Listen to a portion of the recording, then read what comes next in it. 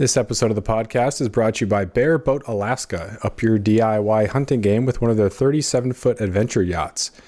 You and 5 of your friends can hunt, fish, set crab pots, shrimp pots, and take DIY to the next level. Bear Boat Alaska is locally owned by a Ketchikan resident who lives here year-round. Call Larry at 907-617-4542 or go to bearboatalaska.com. That's B-A-R-E boatalaska.com and tell Larry you heard about it on this podcast. Welcome back to the podcast. Here with Larry Jackson. You just heard the advertisement for his Bear Boat Alaska adventures. And we are on one of the bear boats that's not very bare. Yeah, they're pretty nice. Yeah, you got the feet propped up. Wait, is this one? These are the two models we have right here are the 37 Uniflight Coastal Cruisers. They're, 1980 model, but they are diesel powered. But they're built. Uniflight had a real good reputation of being high quality. So they're they're old, but they're reliable. Yeah. And this is the one that you just had a client come back on. They went over and shot a nice black bear, and that was on the Stellar J. What's this one? This is the Kingfisher. Kingfisher. Which there's piles of boats named the Kingfisher, but I was not feeling very creative that day. Yeah. Boat names are tough. I was trying to stay with local bird species. That's kind of my thought. Some of them get kind of aggressive, like with names, and you're just like, oh, that maybe was funny at some point, but now... I've never been a punny guy. No, a lot of them are puns, yeah. Was it Jim Moody was trying to come up with a name for their new boat and couldn't come up with one. And then they were going to be at, Stall 58 or something like that. I was like, dude, just name your boat that. Just name your boat Stall 58. Yeah, I just had to wave at a kid. Yeah. Is that Josephine up there? They're going to do... Yeah. Hot chocolate? That's most of us are name challenged, so we go to I stay with local stuff, so I've had a boat named the Bailey Bay, which is a local place. I've had one called the Manzanita, which is a bay behind the island there. Okay. And there's a lake back there too, right? Yeah. Good cutthroat fishing. Mm-hmm. Yeah. Yep. So what we're trying to do with the bear boat deal, well, it's very common, as you know, that people come to Ketchikan or throughout Alaska and they do bear boat fishing. Maybe they'll rent a skiff or maybe aluminum boat like you had, like a North River or whatever, and then they'll day fish. And they go back to town or go back to a cabin or a lodge at night. So the thought here was... And there's even a market throughout the world for extended bareboat renting, like in the Caribbean it's common, in the Mediterranean, the South Pacific. But the idea here is to extend our summer season, offer people that want to do kind of more outdoor stuff like the hunting with using boats. Because, access to the wilderness here. Yeah. It's pretty much via water unless you're on POW, which has some roads. So yeah, and even then you're driving a long way, and a lot of the places you'd probably want to get to, it's not necessarily on the roadside. So the boat provides you access to a lot of the bays that... Yeah, this guy that just came back, a Texan, he had gotten a bear on POW, and this time his wife wanted to. So he realized that all those little issues you had, are we... Good? Yeah, we should be good, yeah. Yeah, go ahead. So he thought, wow, maybe I can get to some kind of more inaccessible areas where there aren't as many people. And then, of course, he picked some areas based on some of the knowledge, that bears in the spring like the tidelands and so forth. And he got to a remote area and they saw lots of bears and never saw another boat, that kind of thing. So. Nice. Yeah, I've been at a couple of spots where you don't see anybody else, and then other times you see like 2 people and you just think, what the heck? Why are they here? Of all of this, how dare you? Yeah, exactly. There's also a cool, contingent of people who like plan to go to the same places, go to Foggy Bay or something like that, and you kind of get big groups of people. You did a couple trips around the island, right? Just kind of cruise and do stuff like that? I think for somebody that is new to here and they just want to experience kind of the essence of the area, a trip around the Revillagigedo Island is really a sweet spot because it's about depending on how fast you want to do, it's about a 2 to 3, 4 day trip. And you can get the experience of the fjords, Misty Fjords National Monument. There's trails. The Forest Service has some designated trails. They're not well-maintained trails, but they're there. Mm-hmm. You can fish, not for salmon, but you can bottom fish back there. And and on your way out, there's areas to salmon fish that are not within the monument. But and there's nice bays to anchor in. There's good shellfish to fish for, crab and shrimp. So it kind of hits all those little sweet spots. Plus, it's the other thing that's a little bit challenging for people, and these guys experience it, is the weather. And you're really on a protected kind of canal there where you can easily duck out of the weather if you should have some wind come up or whatever. So yeah, that run to Prince of Wales though. Oh yeah, Clarence Strait, man, that's rough. That's can be rough. These sledding. Guys got a little bit, the challenge yesterday. The weather forecast said 15 miles an hour in Clarence Strait, but it was 20. It doesn't take much. It's 20, and you have the water coming out of the sound, and then it meets the Clarence Strait water. It mixes, and you get these really kind of washing machine type situations. Waves coming from every direction. Yeah, and it scares you, and it's not fun. And I've done it for lots of years, and I don't even like it anymore. I never liked it, but anyway. But I mean, these are all things you can plan around. And the thing that, just to add to kind of my pitch here, I sent him out with a Zoleo, which is the satellite texting device. So if he had a problem, because part of the trip, most of the trip, he was out of cell range. That's the other thing most people don't realize. You're not going to have cell service in a lot of places. And sometimes you don't have VHF. There's no VHF repeaters in Beam Canal on the backside of the island. So you can't even call. You'd have a hard time calling the Coast Guard in places. But with like a satellite device, he could text me if he had an issue with something on the boat or a safety issue or whatever. And it's a peace of mind for me. I'm kind of like a little mother hen when the boats go out. I'm kind of tracking where people are. And, I want them to have a good experience. So I'm trying to resolve any, potential issues with stuff on the boat. And there's always, boats have a bunch of mechanical things, pumps and so forth. So you're trying to make sure everything works right. Yeah. So. What level of knowledge do you have to have in order to operate a boat like this? I went from a 14-foot skiff to a 21-foot North River, which was awesome, but it's just a different level of handling. When you get to this level of boat, is it? Yeah, I mean, it's like anything. It takes experience. I mean, it takes some time. And these are twin-engine diesels, so it's a little overwhelming. Actually, with this recent guest, he had some experience mostly on lakes and with small boats, but I spent an hour with him, and we went out and he did some docking. But realistically, I'm pretty critical. I don't just let anyone step off and charge off. I mean, there are some people that I probably have made a mistake in letting them run the boat, but there's most of the people I say, hey, have you ever operated a boat 30 foot or bigger? Hey, have you ever anchored? Have you ever done a multi-day trip where you've anchored? One of my bigger concerns out of all the things is actually picking and anchoring in the right spot so that you can swing around with the tides. If the wind blows up, you don't drag into another rock pile.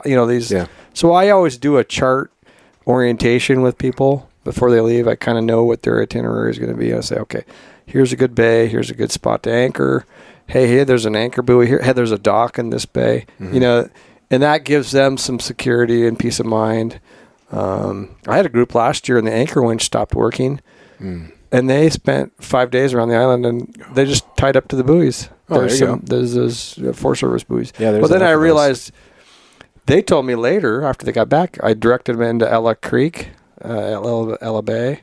It's back by Eddystone Rock there. And they said, Larry, there's no buoy there. We found it. It's up on the beach. It had been broken off and drifted on. The Forest Service hasn't maintained those.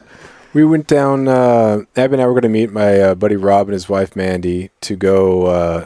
South part of Gravina. Where's that? There's a cabin down there. Oh, Facina. Yeah, Facina. And so rented the cabin, get all the way down there, and this was in I think October. So you don't have a whole lot of daylight. We get down there. It could be rough. Too. And there was wind that was picking up, and the buoy, the same thing. It was just up on the beach. Like, oh man, we don't have a spot to anchor.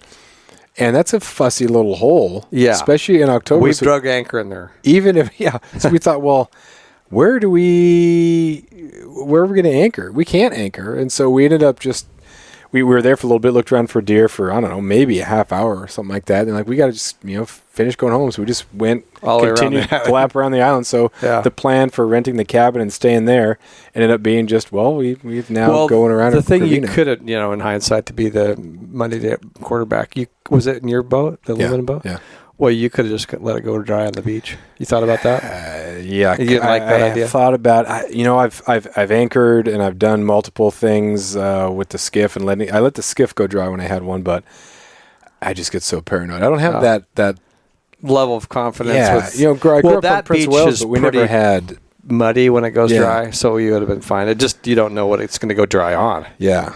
Yeah, and that's the thing we talked earlier about. If you have people that you go out with and you've done that first thing with someone who really knows what they're doing, and Rob kind of has, but, if you don't have that mentor, you don't want the first time to be the last because of something that you didn't know about. I think I know what I'm doing, and then I was out 2 years ago with the kids camping over here by Bond Bay, and the wind was a westerly coming across this little sandbar spit thing, and in the middle of the night, the boat at high tide drifted over. I thought it was fine. Drifted over and went high and dry on like rock, pinnacly kind of rocks, way up high. And it was a fiberglass boat. It was a little Pena. So then I'm walking around and I'm like, how am I going to, I got to get this, is the tide going to be high enough? Can I get this thing off? And the next morning we did get it off, but barely. Yeah. Yeah, that's the thing that I would be scared about is that I go high and dry on a stupid spot or a stupid calculation, or I trick myself into believing this would be the right thing, and then the next tide isn't high enough to get off, and then you're stuck there 6 inches lower. Yeah, gosh. But we went out on and I won't. The person will remain. Well, now I just want to know. Remain nameless, but. He was out hunting last year just on the backside of this island right out front here. His wife called us at 6. He's not back. Oh, man. So I jumped in a skiff with my neighbor, or a runabout with the cabin anyway. And we went back and checked. And he had made the miscalculation and the boat was too high. He went to hunt. And then he had to end. He missed the tide. Or the tide was going to come in, but it wasn't going to be high till like 11 at night. It was dark. Yeah. We went back, and he was a little embarrassed, but we're like, hey, no foul, no harm, no foul. We're just glad you're safe. We told his wife he's safe, that kind of thing. So yeah, I think that's going to happen at some point. Something's going to happen, and I think people are really good about kind of helping people out and being willing to help out, and that's nice that locals will cork you if you are fishing in their spot, or if your lines aren't good. People are pretty cutthroat about that sort of thing, but when it comes down to basic safety, people are very willing to help out because they know the next time it could be them. So on that lead in, Jeff, the boats have an EPIRB, so you could if the boat sank, you get I have these EPIRB you can take with you. That's an emergency radio beacon, and then we have the spot finds or the Zoleo. So I'm really adamant. I've had guests that said, "Oh, we don't need a raft." I'm like, "No, you have to take a raft because these boats sink, they burn up, they do whatever, and so you need a way to get off." Yeah. And even with this fella, his mother-in-law stayed back at the boat with one of the kids while they went hunting. I said, "Take the rubber raft and put it in the water." Yeah. And leave it next to the boat. Because if you're gone and something happens to the boat, she needs to get off. Yeah. And I've been in too many situations where, nobody plans on a boat catching on fire or sinking, Well, you had one of the first podcasts, I think this is the third time you've been on here? Yeah. I'm a regular pretty much. The first time you were talking about a time when you had, were you fishing and a net got around the prop or something like that? You had to go in and cut it free? Well, I've had Dungeness crab pots so many times in my my propeller that I would dive and get them out, and it just became almost second nature, but it was infuriating. But I've had become second nature. Why didn't you? What was the problem? Well, okay, that's a whole nother podcast. But I was crabbing, so you're always driving up. But also, there's a lot of current coming out of these rivers, and it will bury the buoys, and you don't see the buoys, and you'll drive over them and get them in the. And then I had skegs on a particular this boat that I had a skegs that would catch buoys. Okay, they held the rudder skeg anyway. So some of it was me, some of it was the conditions, and just some of it was the nature of the deal. Yeah, so we better not scare people off. Like, it's a pretty fun thing to do. Like, everything has some sort of risk, and some of the coolest things you can do have some sort of risk. But yeah, there's really nothing like being able to get away from everything on a boat and then having a whole little cove or area to yourself. It's pretty special. Well, this guy was just showing me photos, and I've commercial fished in that bay. I've crabbed in there. I've dove for cucumbers, but I've never done what he did, which was go to hunt. And so he's showing me these photos of him and his wife with this beautiful mountain in the background, and then they're talking about the waterfowl and the birds and the wildlife. And if you come from where he came from, the whole Fort Worth metropolitan area there, it's pretty spectacular. Yeah. The perspective has changed. If you look back at when you were growing up, things were way different as far as populations of animals and whatnot. So if you don't know any better, this seems like the best place ever. If you did grow up here, you're thinking like, we're fishing for crumbs.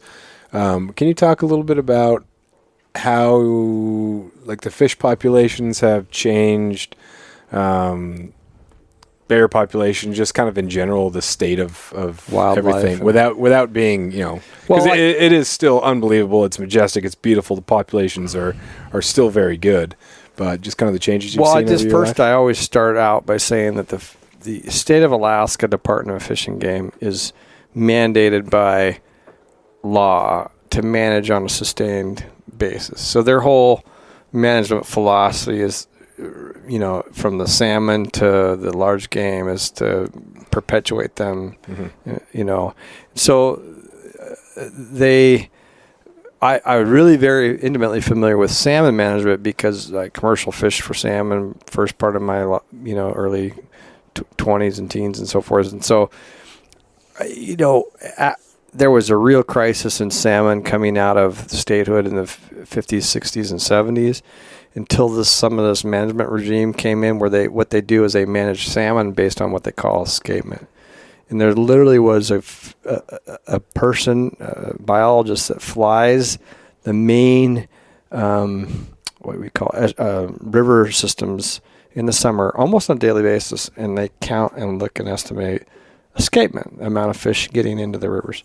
And they've done a pretty good job at that. But there's things they can't control. So they manage on escape. They can't manage ocean survival.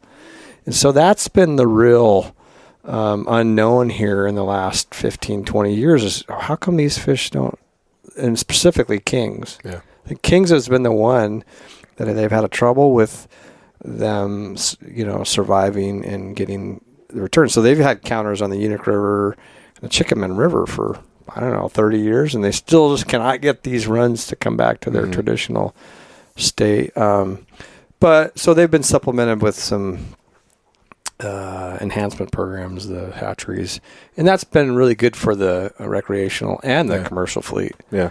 We have some pretty healthy hatchery programs. And then as far as the large game, and this is not a game animal per se, but the whales really are a lot more prominent now than they used to be. Humpbacks, we never had the humpbacks I see now. Same with the killer whales. But with the bears, I think that's probably a fairly static number. The deer thing, I think, goes up and down. Yeah. And, they think the goats is, they've done some things with goats where they've taken them off the mainland. They weren't traditionally on the island of Ketchikan or Revillagigedo. They've put them on here, and I think they've done real well. And the elk on Edelin Island that's a transplanted elk, and it's done well because they're hard to get to. Yeah.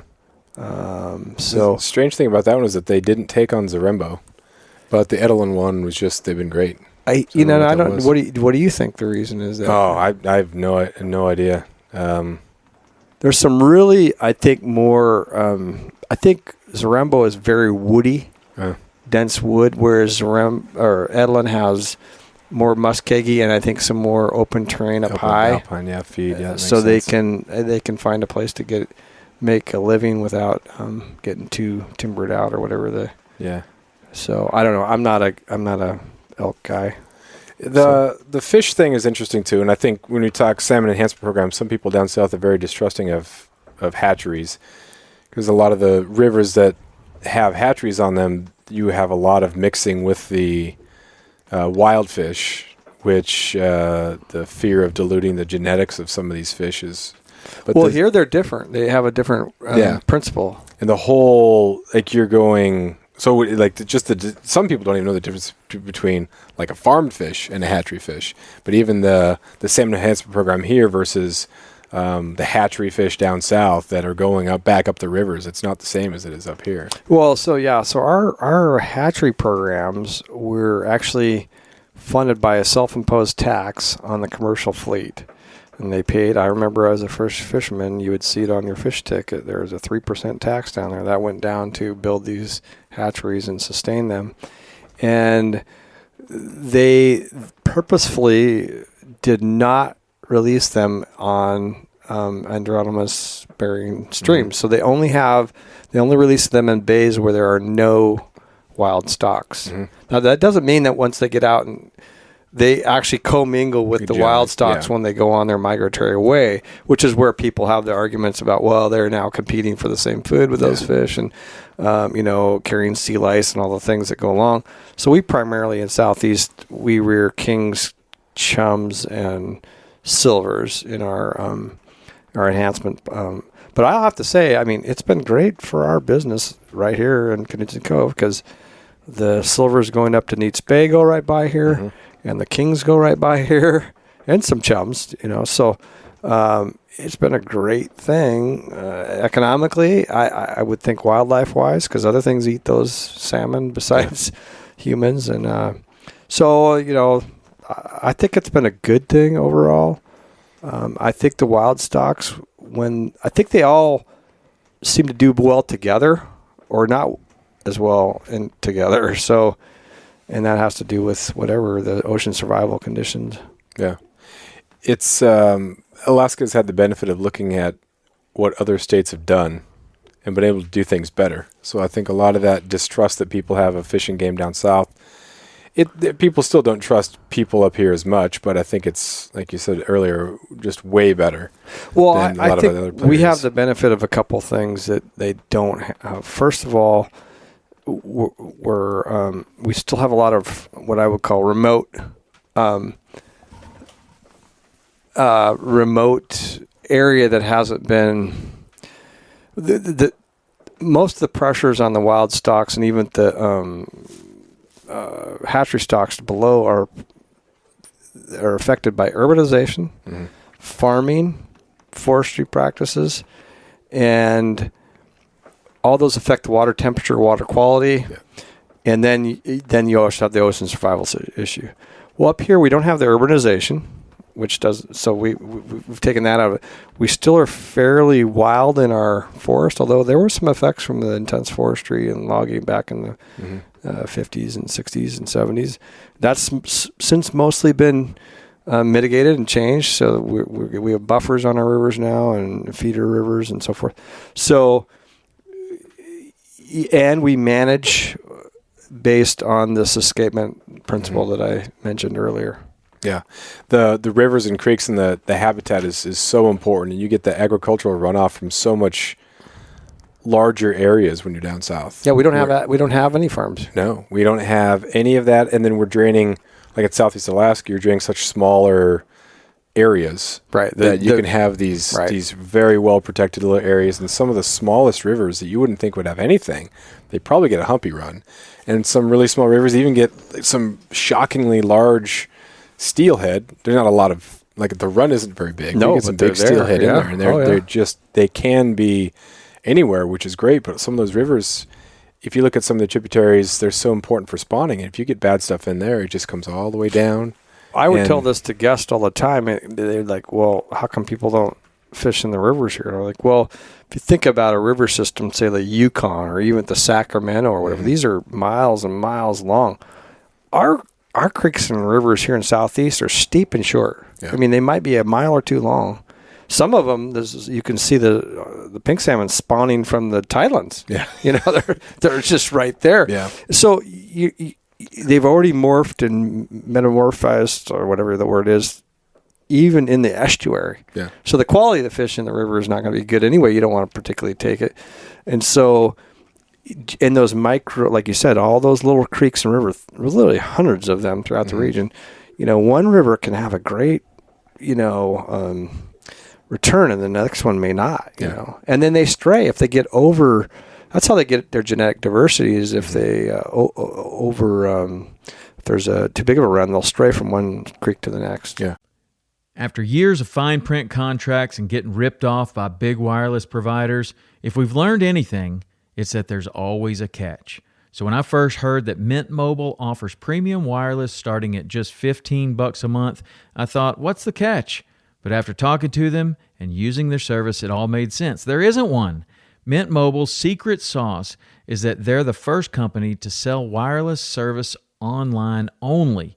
They cut out the cost of retail stores and pass those sweet savings directly to you. For anyone who hates their phone bill, Mint Mobile offers premium wireless for just $15 a month.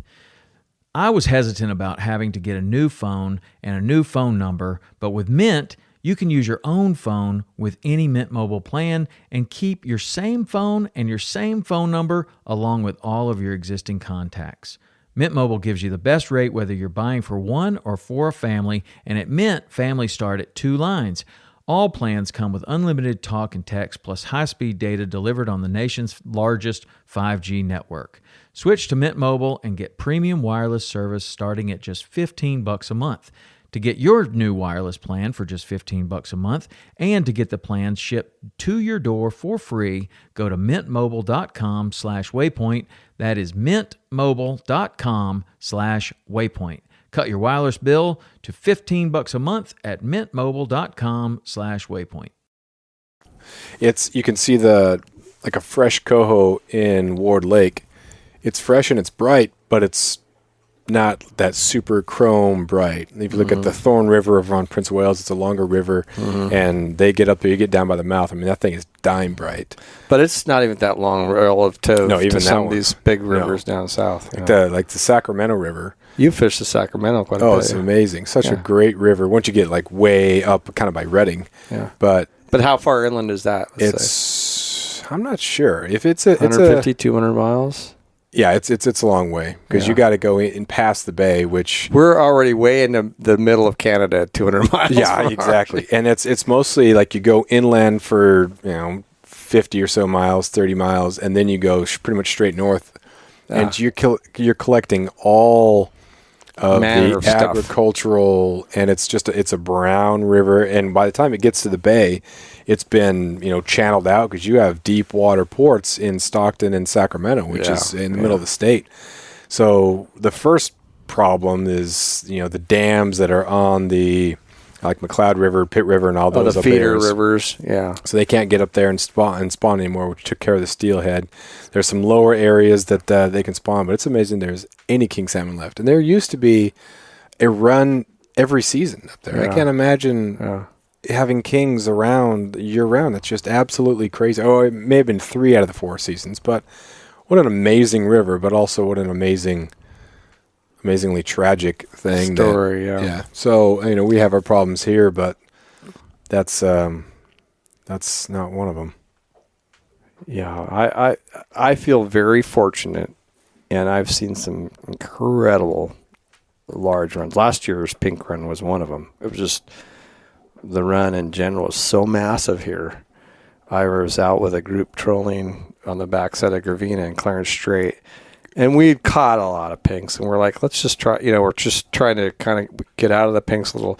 And it was such a beautiful, calm day. I just pointed the boat down Clarence Straits, and I was a mile or two offshore, which usually you want to fish on the shore, and we were just catching fish the whole way. Wow. And we're releasing fish, but we caught a king salmon out in the middle of, I would say 2 miles offshore, just trolling along, on a charter on downriggers, Wow.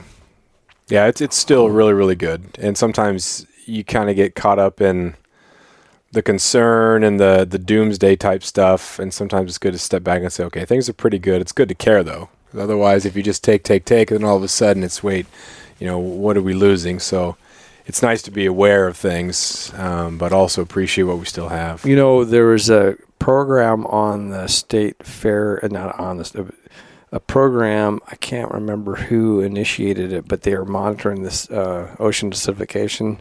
Yeah. And if the listeners aren't familiar with one of the dynamics of ocean acidification is, you get higher carbon content that absorbs into the ocean.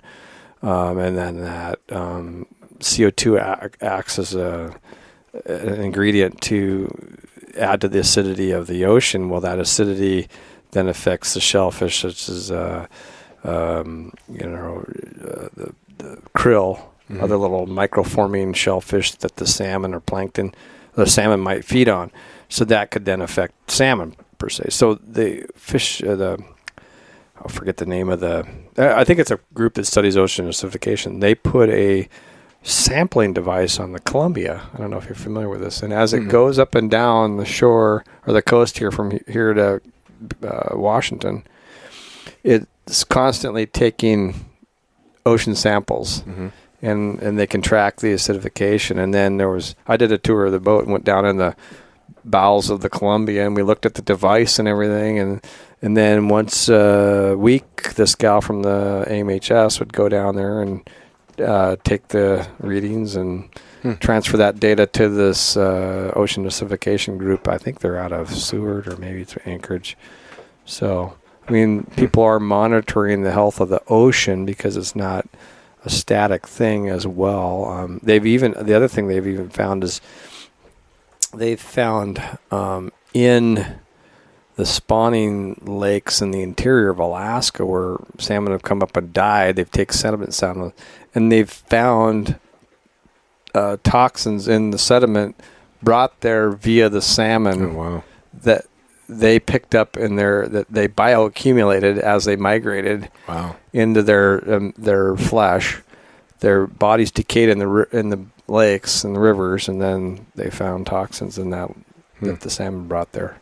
Crazy. Yeah, that's. But humans crazy. We are a pervasive species, and we have a lot of impact on the planet. Yeah, there's a lot of people around here with an entrepreneurial spirit that are getting into good things that are making progress, I guess, or just finding good solutions to problems, but also providing good products. We got the kelp farms and oyster farms, hydroponic farming, things like that are just good ideas, and it's cool to see. And Abby made a comment about that, how it's cool to be in a community that's. You could think that maybe an island in Southeast Alaska, just a bunch of people who, bunch of country bumpkins, rugged logger types and fisherman types, but that's. Well, you're looking right unique. Out that window of the boat at the Hump Island Oyster Farm. It's in that gut right there. Yeah. And oysters are another shellfish that clean the water as they are filtering the water through them. And then they also have kelp they grow there too. And that kelp, I think, is a CO2 accumulator. Yeah, they got a big one over on Prince of Wales. That's Seagrove kelp, Mark Shear. And then there's an oyster up in Juneau. There's oyster throughout the region. There's lots of little farms. And I think they got their starters from Prince of Wales. But yeah, he was growing out there. There's 2 places that grow the seed for your oyster farm if you need it. I think Trevor grows seed too here. Yeah, yeah, it's just cool. There's a lot of economic or entrepreneurial opportunities for those sort of things. I've made this premise, and I know we're not talking. Once again, this is another podcast topic. But the idea that if we could take and leverage our Alaska State PFD, our permanent fund, not PFD, permanent fund, and say to the rest of the world, hey, we will match your investment in the state in mariculture to draw in international companies to build shellfish farms, seaweed farms, to broaden that industry. Because, you know, there's some photos, if you ever look at China's and Korea's seaweed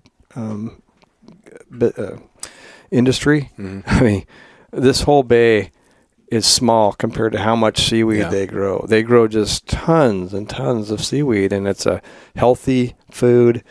It's easy to grow. It's good for the water. Mm-hmm. And we're kind of just got our toe in the water. Yeah. Yeah, it's pretty cool to see where this could go. And again, to people, there's a huge difference between like a kelp seafood farm and fish farms, which are horrible. Fish farms we don't have. They're outlawed in the state. But you have ex-students or even Louis, not Louis, one of the students works for Seagrove. So there's jobs out there for our local kids too when they get out of they're looking to put there's a seal right there off that point.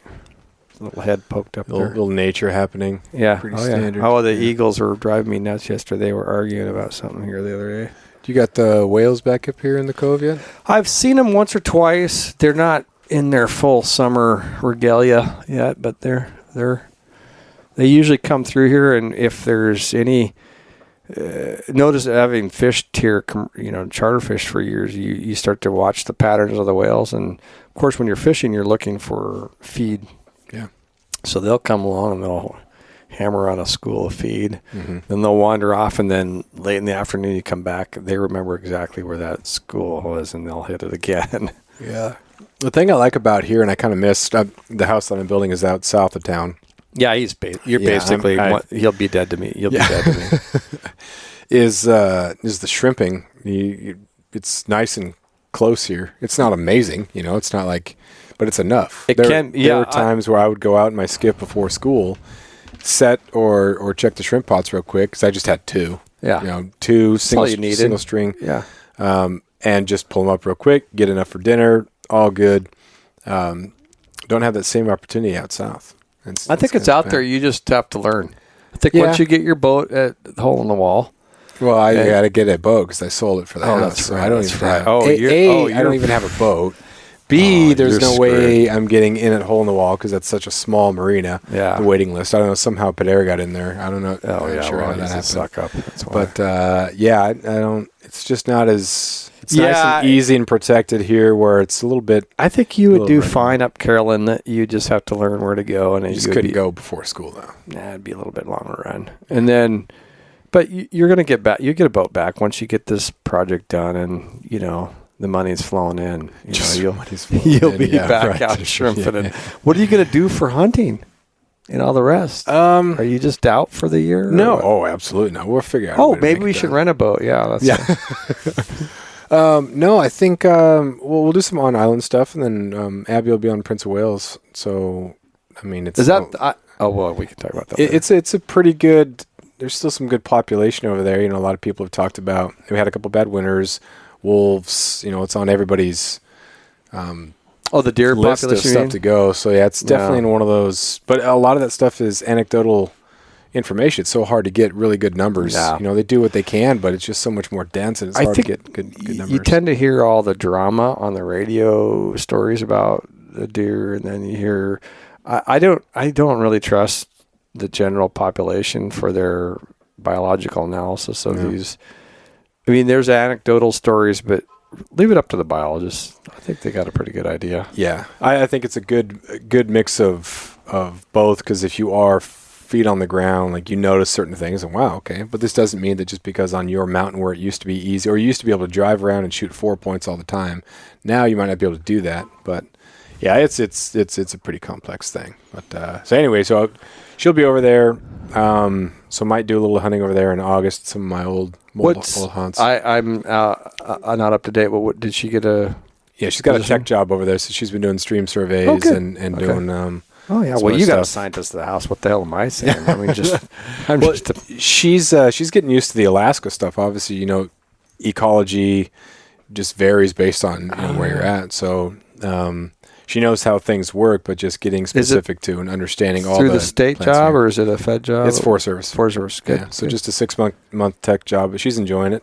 Is she out of Thorn Bay or where's her main She's office? out of Craig. Oh. And they've been doing some stuff up by Knockety, Edna Bay, and then once things really get cooking, they're going to go look at some of the old logging stuff near Thorn Bay and look at how the regrowth and the different ways they regrew affected the soil. And, sure. And so... well, that's right up her alley, isn't it? Yeah, she's pretty excited about that. Yeah, so good for her. Get her a full-time job somewhere. We were a little dubious that she was going to find something that fit her intellectual prowess. So when she was saying that, I never even mentioned subbing because like I would not want her. No, you wouldn't want to wish that on your absolutely not worst enemy. I love people who are willing to substitute teach. I'll just leave it at that. We need them and we thank them. I like it when retired teachers sub. But anyway, that's a whole different topic. But we'll get some hunting in. And good. We got 2 nice ones on island here last year. 3 on island. Mm-hmm. So just figure it out, and then have some friends with boats. So do that. Well, deer. So the primary big game here in Southeast is deer. Most locals, but a few hunt bear, and then some real hardy people hunt mountain goat, and that's pretty much it. Pretty much, yeah. There's, like you said, there's some random. Well, I would say random, but there are a couple elk opportunities depending on what you draw, and then there's some moose around. But moose. Yeah, the that's regs are. I think it's a spike fork or a. And they're more of a mainland critter. Yeah. So I guess some people go take jet boats up, but it's pretty. People keep that stuff pretty quiet. I think that's a Wrangell Petersburg deal. Yeah. And I think that'd be a pretty fun thing to go, but you don't have a lot of space between. Like, as you start heading up the river, you get to the border fairly quick. Yeah, there's not a lot of room there to. Yeah, but. Yeah, and I'm sure the people there keep it pretty tight, under wraps. Pretty close. You wouldn't want to be messing around with someone's spot. Yeah, right. Well, what else you got, man? Let's close this thing up here, and I think that's it. If you we're pitching the coastal cruiser here, which you can find online just in the ad there. The first thing you can see what they look like. I think the biggest question for people is whether they have the experience to operate something big like this. That's basically it. But they can call me and ask, and we'll talk it through. You're good. So what's the number? Where can they follow you? All that stuff. Oh, my number is 907-617-4542, or you can see the webpage, www.bearboatalaska.com, and that's BARE bear. Not bear as in BE. No, it's not specific to hunting bear. No. And yeah, like I said, it's just kind of an idea to kind of help extend. The other thing we haven't even talked about was steelhead. I was thinking, there's a spring steelhead run. I want to throw that pitch out there because there's some really cool spots to get to with a boat like this. Yeah, and get some you don't want to share steelhead too much though. It's I don't. Though. Here's the thing: is I do not direct people to the rivers. I don't tell them which rivers. They have to do all that on their own. Okay, good. Yeah, you tell them about bear spots, but you keep those spots yourself. The bear spots, this guy that just came back never said a word to him about where he could hunt, and technically you can do an outfitter thing where I could take you out, anchor up, and I can stay on the boat and somebody can go fish. I know a few steelhead spots around our island, but there's steelhead throughout all Southeast. Yeah. So... Yeah. I noticed. See how his hackles got up when I mentioned steel. Yeah, man. It was. He's like, wait a second. I don't want these people coming. Yeah, that's funny how people get. It's about steelhead, man. It's just a different. Well, they're a very limited critter. Yeah. There's not many of them, and they're easily spooked. Yeah. So you can go in and kind of rile up somebody's hole really easily, and then they get out there and they can't get anything. Yeah.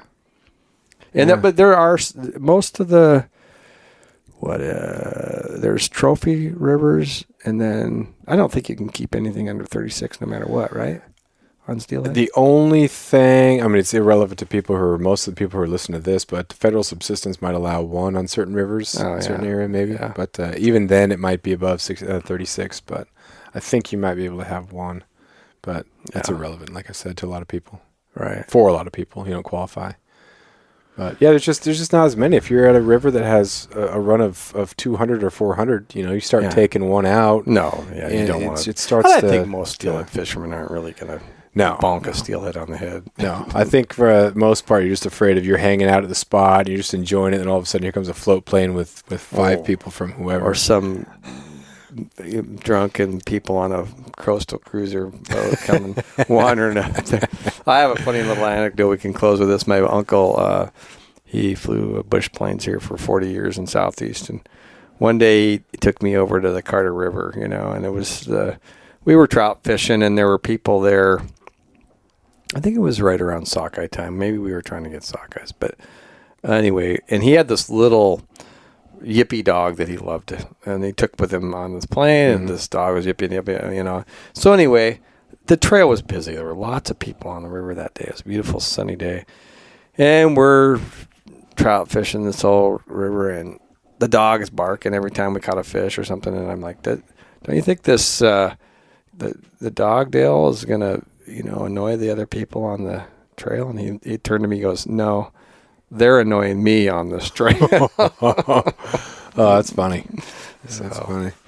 There you have it. Very good. Well, thanks for being on here. Appreciate it. Thanks, Jeff. I'm going to make my long drive. Back to Rupert. It used to be a nice little walk down the road, but I don't know. Hey, you made Maybe the it's choice. Sunny down there. It's you made the choice. Up here. It's true. A lot drier on that end of town. Yeah. Well, yeah, there was that little lot that came for sale here, but was gone in about 8 seconds. Crazy, got Rusty and Jen hadn't got that. So. Yeah. Oh, well. They're local. They're in the neighborhood, so I'm glad they got it. So, all right, man, thanks. Appreciate it. Thanks.